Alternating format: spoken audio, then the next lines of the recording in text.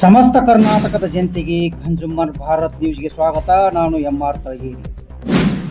ಕೊಡಗು ಜಿಲ್ಲೆಯಲ್ಲಿ ನಡೆದ ರಂಜಿತಾ ಕೊಲೆ ಪ್ರಕರಣವನ್ನು ಖಂಡಿಸಿ ಇಂದು ಬಾಗಲಕೋಟೆಯಲ್ಲಿ ದಲಿತ ಹಾಗೂ ಆದಿವಾಸಿ ಕೂಲಿ ಕಾರ್ಮಿಕರ ಮೇಲಿನ ಶೋಷಣೆ ನಿಲ್ಲಬೇಕು ಎಂದು ಆಗ್ರಹಿಸಿ ಕರ್ನಾಟಕ ದಲಿತ ಸಂಘರ್ಷ ಸಮಿತಿ ಮಹಾತ್ಮ ಪ್ರೊಫೆಸರ್ ಬಿ ಕೃಷ್ಣಪ್ಪ ಸ್ಥಾಪಿತ ಸಂಘಟನೆಯ ವತಿಯಿಂದ ರಾಜ್ಯದ ಎಲ್ಲ ಜಿಲ್ಲಾ ಕೇಂದ್ರಗಳಲ್ಲಿ ಮನವಿ ಸಲ್ಲಿಕೆ ಕಾರ್ಯಕ್ರಮ ಹಮ್ಮಿಕೊಳ್ಳಲಾಗಿತ್ತು.